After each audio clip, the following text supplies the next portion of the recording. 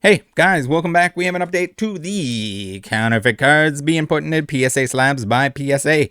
Yes, we have some good actions by a company. We have some washing their hands of it by PSA, and we're gonna get into all the details here. So essentially, we've seen this issue. We've seen similar issues many times. There's several examples on the channel here. I'm sure there's several examples that I haven't touched on that have happened that maybe there's people out there that don't even realize that they have a counterfeit card inside their PSA holder. Now, this is not common knowledge. I know Rudy made a video about it, and he's like, oh, I could tell it was fake. Rudy, I don't care. I don't care it doesn't matter if you can tell it's fake. The average person that is relying on PSA to tell them whether something's real or not, it does not understand the context for a product like this, something that says trading card instead of Magic the Gathering card on it, because it should say counterfeit card. If they do want to, at some point, for whatever reason, grade counterfeit stuff, encapsulate counterfeit stuff, it should just explicitly say that that's what it is. Now, if it's something that isn't a real trading card, it's something that they don't grade, it's something that isn't just a counterfeit version of a trading card, maybe that works. We got some exploits going on here. So if you can't tell, a counterfeit Underground Sea with a signature on it, regardless of whether it has a signature on it, again, for me personally, I would highly doubt, I would highly question a signature on a counterfeit card to begin with. That's a little bit weird to me. Why would you not assume that there's a higher risk of it being a counterfeit signature if it's on a counterfeit card? But then also the fact that it went for $810 with the buyer's premium. It's a counterfeit card. It's worth essentially nothing. Absolutely nothing. Now, PSA, again, they're going to wash their hands of the situation. They're going to make changes, as we've discussed, as we've seen, and it looks like PWCC, formerly PWCC, Fanatics, Collect, is doing the right thing here. And I'm glad they're doing the right thing, and that's why we're going to, whether it's a grading company, whether it's a consignment company, it doesn't matter who it is. If they do the right thing, we're going to praise them for it. If they're doing the right thing that's in the best interest of the collector, again, the amount of business this is generating for PSA, whether it's PSA, whether it's any of the consignment companies that are selling any of this stuff, it's a small fraction of that, and it is a giant gateway for people to exploit less knowledgeable collectors, people that are buying this stuff. It's case in point right here. We had Rebel, who purchased this, bought it on PWCC back when it was PWCC. It just switched over. They got some hiccups going on. It's a little bit of a mess over there. Hopefully they get that all cleaned up, settled up, fixed up in the near future. And so yeah, we covered it. We gave it a video. We gave it a look through. And again, it's reminiscent of many examples that were a problem in the past. And for anyone that wants to say, oh, you should know the difference. If PSA wants to say that, if they had Golden under the same parent company, so essentially collectors, they had Golden Auctions selling this stuff as legitimate. It was listed as legitimate because they didn't understand that it said card on there and not what it was supposed to be. It said card, if it said trading card, if it said cut, any of that stuff. What the hell? So like how can they even pretend to say like, oh, the average consumer, oh, you're just dumb. You just didn't understand that it's only the autograph they're saying is real. Well, if that's the case, so Golden is in the same boat. The employees, the person in charge of listing these things, creating these listings, also can't tell. And you would think that someone's probably an expert if they're listing, all these very expensive cards that are counterfeit, because it doesn't disclose it. It's not straightforward. It's not consumer friendly. Again, if you're a grading company, if you're any company within anything, you want the user experience to be as good as possible. But also, if you're a grading company, realize the fact that you are there as a crutch for people that do not know whether or not this stuff is authentic, do not know the ins and outs of whatever they're buying potentially. I mean, they shouldn't have to. That's why you're paid to put the stuff in plastic. We'll get into some details about like the absolute amount of pitfalls that are involved that shouldn't be. You should be reducing the friction as much as possible with somebody that does not have the expertise. Like, you have to be in the upper echelon. Clearly, You can work at Golden apparently and not know the difference. But they're expecting a random consumer. So PSA's, I guess, tactic on this one is that they're the old stuff, they're just going to ignore that stuff. They're going to solve the problem by making it a blue outline, which is still, why in the world? Why, in what world do you need the money coming in for people that are grading counterfeit cards with signatures on them? That you need to authenticate the signature, but not the signature market. The signature grading market at the moment is an absolute disaster. If you haven't been watching the channel, it is an absolute mess. We got counterfeits, known counterfeits that have been graded. We'll have to check back in on those, see if the certs have been deactivated. When there's proof that at that event there was no one that had that name signed on the card, we'll have to see. Are they going to do it? Are they going to do the right thing? Are they going to deactivate the certs? Lord knows they do not like to deactivate certs, because essentially if you have PSA guarantee, you got to pay people out on that stuff on the last sale, or the grading fees if it was them that graded it. So like it creates a mess. It creates a financial burden for them. And this is why they need to be upfront and they need to be careful with this stuff to begin with. Because if you create a mess, my apologies, but you're expected to clean up the mess. And PSA is not cleaning up the mess. They're just like, oh, we'll just start making them blue from now on. Just require that the card is authenticated. If there is a real version of whatever's being put in that case, if it's a magic card, please, for the love of God, just check if it's real. And if you still, for some reason, you need those grading fees, you need that $10 so goddamn bad, or whatever it is with the signature on it, whatever it is to authenticate the signature, then by all means, put counterfeit trading card. End of story. Solution solved. Counterfeit in big letters right there before trading card. Now, PWCC props, giant mega props to PWCC / Fanatics Collect. I gotta get used to saying Fanatics Collect instead of PWCC. They switched over. I think the Instagram account still needs the name changed, but the platform itself has changed at this point, and they have their statement here that says, in order to ensure Fanatics Collect is the most trusted platform for collectors, we are implementing an important policy update. Effective today, we will no longer permit the sale of autograph-only authenticated cards on our marketplace. Feedback from the collecting community has made it clear that the authenticity of autograph-only authenticated cards can be misinterpreted. 100%. And it's entirely on PSA. Because it's not even clear on the label itself. Even if you want to pretend that it's like, it's very hard to tell. You have to kind of like make up a situation, because they're so rare. They're so rare that a consignment company should just reject them. Should have been just rejecting them from the get-go. Because why do you want to sell those? It's going to create headaches. It did.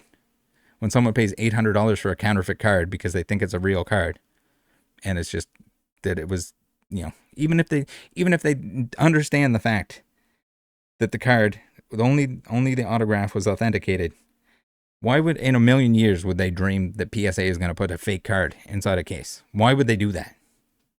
How is that helping them in any way?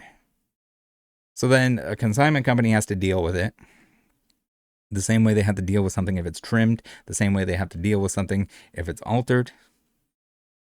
And then is the consignment company going to put that on PSA? Is PSA going to put it on the consignment company? Is PSA just going to say like, oh, our head grader said that it's fine? Like, it's just, there's so many messes that can just easily be cleaned up. There's so many examples here that just could have been avoided from the get-go by just not offering that service. And the only time you're seeing it, the only time it's popping up is when people are exploited by it. Like, it's just, please, I'm not saying that it's your responsibility as any of these companies to take down all the bad guys on your own, to make sure that there's no one out there that's wronging anyone else. But you're providing an avenue. PSA, by putting this stuff in slabs, is providing an avenue for someone to shift the blame, for someone to deceive others, and then this person's going to put it through a consignment company. The consignment companies have to be very aware. I mean, surely people see that at this point in time. Now, consignment companies, there's their benefits and there's their flaws. One of the worst things about consignment companies is the fact that bad actors can hide behind these companies. If the consignment company is just accepting anything from anyone and isn't doing enough to make sure that that's not happening, then people are going to abuse that, because guess what? Now they get to be anonymous as they sell their stuff. Whereas if they were selling it on their own eBay, if they were selling it on their own Instagram, if they were promoting their own items, selling their own items, and being transparent about selling their own items, people would call it out. They would see, oh, this so-and-so is just clearly abusing whatever they're abusing. This decision ensures that every collector can trust that they are buying a complete verified product with the highest standards of authenticity. We look forward to continuing to provide you with an exceptional marketplace experience. So that's the thing too. Like, PSA has a mess that they don't want to clean up potentially, because it would cost them a lot of money to deactivate all those certs. Again, all you'd have to do is basically deactivate the cert, put there on each individual page for the cert number, please send in so we can relabel this so that it is clear what's going on with the card itself, and just put that it's counterfeit. Put it in the blue label. It should still say counterfeit on it, because blue, what the hell does blue mean? Are people going to know what blue? It needs to be as straightforward as possible. Your niche, your market, the thing that people use the grading companies for. They want it to be authentic.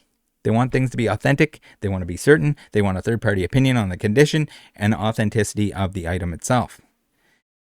So why is it got to be a puzzle? Why do we have to figure out what's going on here? If your main audience, the main person that's attracted to this stuff, the main reason for it existing, the third-party opinion, is the fact that people should be easily able to determine what that third-party opinion is.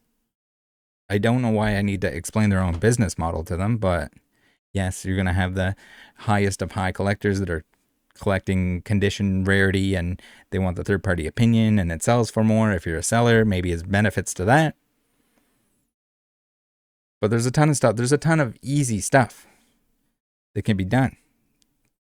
You should not ever be, you do not want to find yourself as one of these companies providing a gateway for bad actors. And that's kind of what happened. So not only do we have that, we have new policy put in place.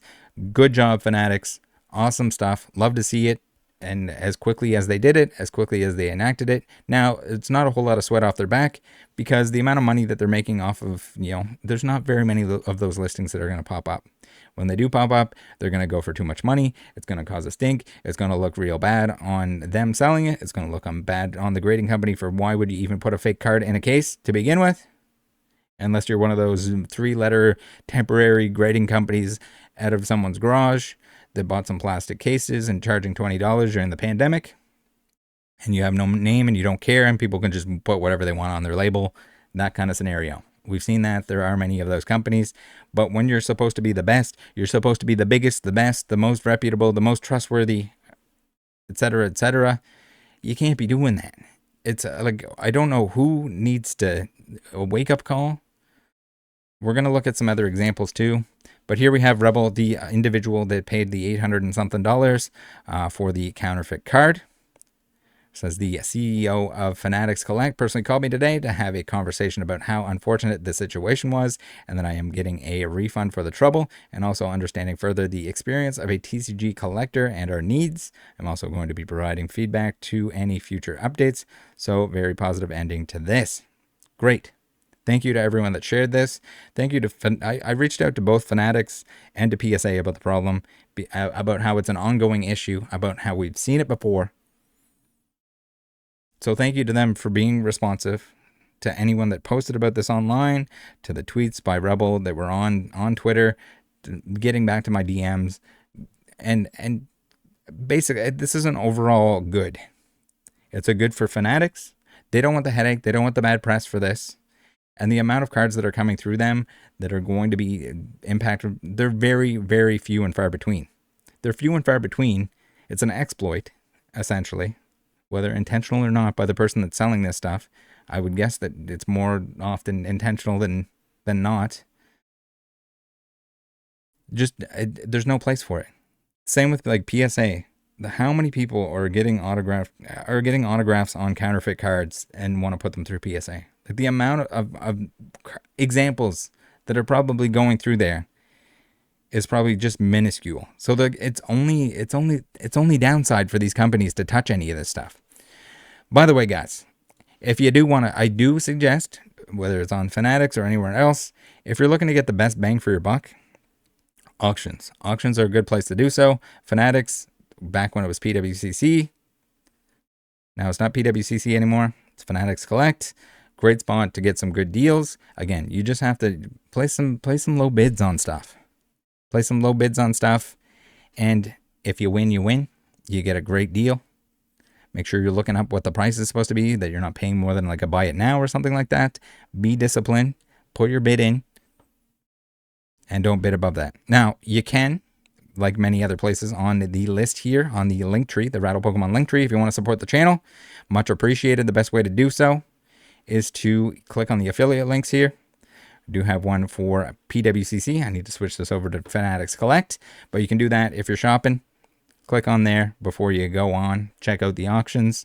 There's many discount codes on here as well. Use the discount code. Save yourself some money. Make some smart purchases. I want to see people making smart purchases. Stay away from the gambling nonsense, the mystery box nonsense that people are trying to sell you, the razzle dazzle mixwazzles, the whatever gambling games are still remaining on whatnot. Stay away from that stuff. Make smart purchases. Again, opening packs is not a good financial decision, so keep that at a minimum. And if you're doing so, buy your own packs. Don't pay a premium for someone else to open them for you. Avoid risk at all costs. I mean, just learn.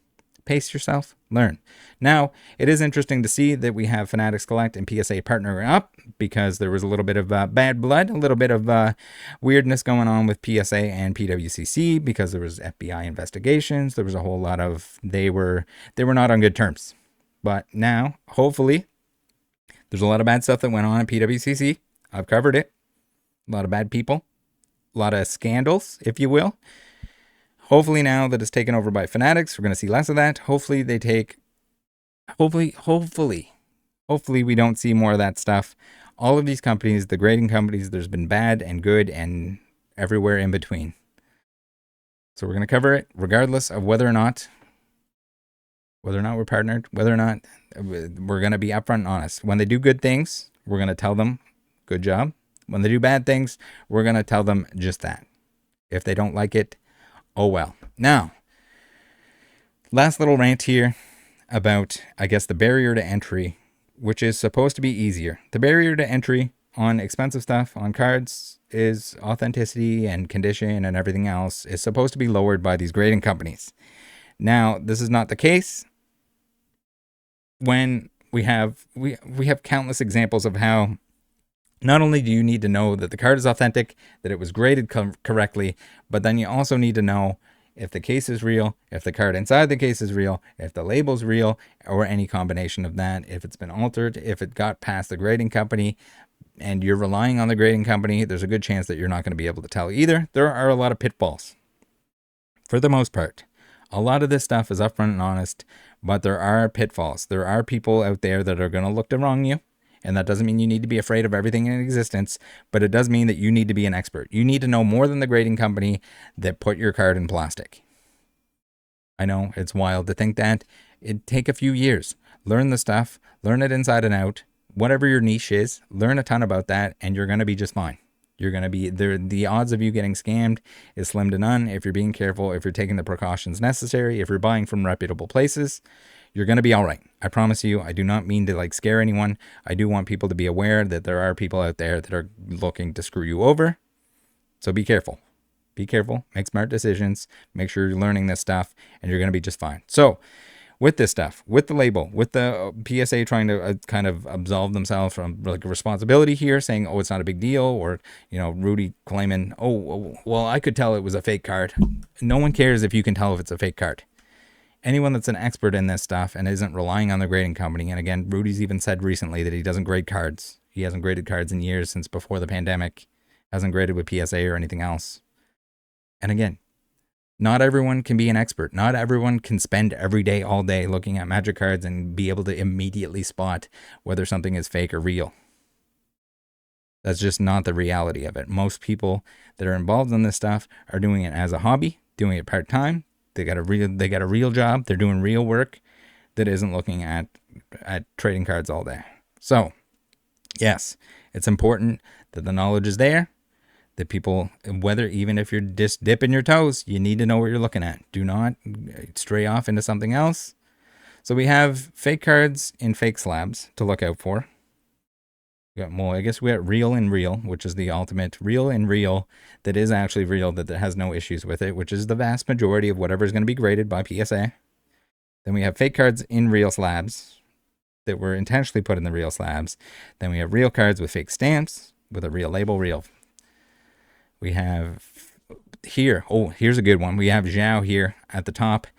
So we have a fake slab, but we have a real label and a real card, but the real card is a different card. Then we have a fake stamp on a real card in a real case. Then we, what else we got here? We have altered signature in a real case in a real label. So these are real, but they're altered and they aren't deactivated, which they should be by PSA. Some of them that don't have the grade or do have the grade, they can be treated differently. They have a giant web page dedicated to each individual card, but the information is not there, that if you didn't know. Even with before and after pictures, where signatures are being wiped, you're not allowed to wipe your stuff with Kurt cream. You're not allowed to Kurt cream, but you are allowed to remove part of a signature that was explicitly told, by the artist. Please don't resell these. These are for you, that kind of thing. And it's a gateway. This is a gateway to like letting people do bad things. And by not completely deactivating these certs, PSA has done a huge disservice to anyone that ends up with these in the future. Someone's going to buy these for thousands of dollars. They're going to receive them. They're going to find out later on, oh, damn, the person that had these signed was tricking the artist into doing so as a friendly gesture, was told not to sell them, then wiped off the personalization and sent them into PSA, and PSA graded them, and then PSA kind of like half-ass put like altered kind of on some of them, but not all of them. It's just a huge mess for no reason. Again, and it's just time and time again with like this stuff that it's not good for the collector, the average collector, and even someone that knows quite a bit. We've seen the cut stuff. Even the cut stuff, there was at one point Rusty bought one. So like, unless you like deep dive, super dive, niche to the extreme, like someone that's watching this video still at this point in time, are you even going to know that? And then we've even seen where they backpedal a little bit, where their autograph guy, PSA's autograph guy, got fired because he was cutting shipping documents from an artist, because he was also helping run the signature events, and the artist was upset about that. So like, and it says cut on it instead of like, you're using like Pokemon IP. You got a picture of a Charizard there that you put on there, that you made this homemade card and you brought into work yourself and had it graded. Did they deactivate any of that stuff? They fired the employee, so clearly they think something's wrong with that. But again, it's just clean up the mess, please, and just prevent the mess. There's a ton of times where you just see the mess coming, and then we have, and not only the internal workings, the internal, I guess, flaws with the system that can be exploited, but then we also have a ton of people that are looking to counterfeit the cases themselves, because at the end of the day, it's just a plastic case. It's got a barcode on it. You can create the barcode. Barcode is not exactly state-of-the-art technology. So you got to look for small differences. You got to know, as somebody that's collecting, you do need to know what a fake case looks like. You do need to look up the cert every single time. So there's that too. There's a huge barrier, even though it's kind of propped up and it's sold as like a good way for people, or I guess they're kind of selling you that. The grading companies are going to tell you that like, oh, you want to buy authentic cards, it's got to be authentic and authenticated by us. But look at the work you had to put in to know whether or not this is a real case. And they're very close. They make molds of the actual cases themselves. So you need to be looking at like inside corners. You need to be taking a look at the frosting. You need to take a look at the label, because the old labels don't even have like security features on them. There's a ton of stuff. The old graded cards don't even have photos of them if you look up the cert number, unless you can find like old auction listings, or someone posted photos of them at some point in time, or if they were auctioned off on an auction platform, you might be able to find them like on the Probstein right there. So you got to be careful. You got to know what you're looking at. There's no shortcuts. The grading company is not a shortcut, whether you want to collect graded cards or not. Be careful out there. And again, my hope, what I want to see from the grading companies, from the consignment companies, is like an upfront, an honest effort being taken, even if it's not necessarily in their best interest, even if it's like they can just brush it off and people are going to forget about it, because whatever, I still got to grade with them because I want to make more money on my cards kind of thing. I just hope that they're doing what's in the best interest of the collector. And when they do so, we're going to praise them for it. And today, Fanatics gets the praise. They get the praise for doing the right thing, for making one less pitfall for the new collectors, or for the people that don't know every single in and out of what the new exploit of the day is. Take care of each other out there. Thanks for tuning in. See you next time. Join the Discord.